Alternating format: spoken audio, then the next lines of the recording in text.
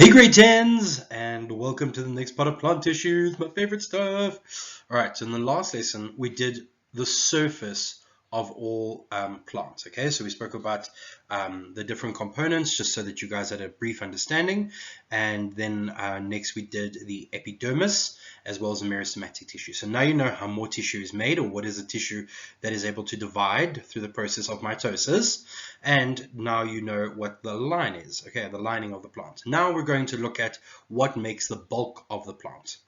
This is called the ground tissues, okay, and there are three of these bad boys. So let's have a look at them quickly. So now we've moved away from the top left-hand corner. We're now at permanent tissues. From permanent tissues, go left at simple. So it says tissue composed of single type of cells. Then finally we have their parenchyma, collenchyma, and sclerenchyma. If you want to pronounce them parenchyma, collenchyma, and sclerenchyma, that's also okay. Alrighty. And then one thing to note on here, make a note about it, that parenchyma and collenchyma are also known as chlorenchyma, and the chloro meaning over there green tissues. So they are tissues which are able to go through photosynthesis and allow them to make food, okay, whereas sclerenchyma is actually dead. All right, and we'll look at pictures of that. So let's have a look at the first one. I've already structured these nice little tables, so you can choose how you'd like to take them down. Please note I've put structure, function, and location all in tables, so you guys can draw it in a table or you can write it out. It's completely up to you. And I recommend you now pause the video and draw what is at the top right hand corner. Don't draw what is at the bottom right, okay? Top right. You need to be able to identify this, all right? And how are you going to identify it? You're going to look at the structure.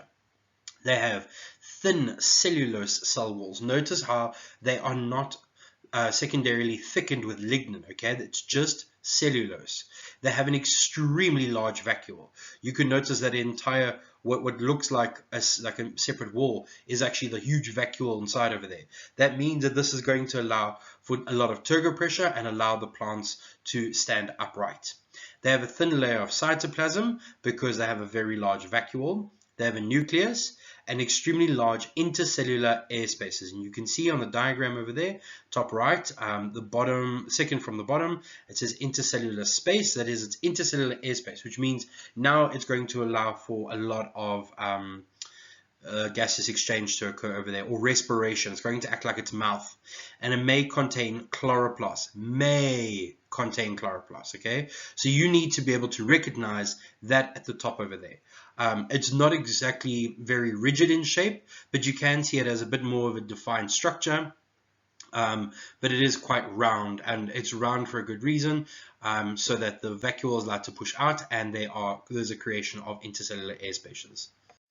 Right, so the function, the large vacuole allows for turgor pressure, intercellular airspace allow for gaseous exchange, photosynthesis, and storage of food. Okay, please put a little NB next to that. Where is it found? Forms the bulk of the plant body. So if you had to cut a very young stem open and you looked at the top, the outside will be the epidermal tissues, and the rest of what you see inside of there, majority of that will be this parenchyma. Okay, it's found in all organs of the plant. Let's have a look at collenchyma, okay? Collenchyma. Let's look at the structure. So you can see at the top right-hand side over there. Remember to try and draw that for me, please. What you'll notice is that there's no intercellular air spaces because they've been colored in. And that area where they've been colored in is actually thickening. So there's a lot of cellulose that's actually been pushed into those areas over there to allow for support. You can see in the diagram just below that at the top corners, top and bottom corners, there is this thickening which allows for a more rigid shape, okay? So the cell walls are thickened in the corners with cellulose. It contains cytoplasm. Intercellular air spaces are small or completely absent, and they may contain chloroplast. Sorry if there was a bit of a misjunct over there. I just got spoiled with some McDonald's. So we're back. All right, so the important part is that they may also contain chloroplasts, which means that they are relatively close to the surface and have the opportunity to actually become thicker. What you're noticing as well is that these cells look very similar to parenchyma itself. They just have these corners which are thickened, And that leads us onto the third type. Well, before that, let's just look at the function and location of Sclerenchyma. So it's a strengthening tissue because of those corners that were thickened with cellulose and photosynthesis. If chloroplasts are present, they are found in large veins of leaves, okay? So you don't want them to be too rigid, otherwise the leaf will snap if something touches it or falls on it. So this offers just the right amount of give and take. In leaf stalks or the petioles and under the epidermis of young stems. Because they are so herbaceous and green and don't have bark just yet, they need something that will actually allow them to hold them up. Right, so let's look at the last one, Sclerenchyma, okay, or Sclerenchyma. These are completely different cells, like they look completely weird, and you can see from the diagram up at the top over there, which I want you to draw, and the bottom, you can see that they are completely empty, okay? So the cell walls are thickened evenly with lignin, all right? So they are lignified cell walls. Mature cells are dead with no intercellular air spaces, okay? So there's absolutely no air spaces. They are just there for strength, okay? And they have this lignin which really allows them to be pumped up. But what you're noticing at the bottom over there is there are pits, lateral pits, okay? So this can allow for movement of liquids or dissolved substances in and out through over there. So it kind of looks like a tissue that could transport some stuff, okay? So when I teach you xylem, you'll see that xylem is a far more specialized version of this particular Sclerenchyma itself.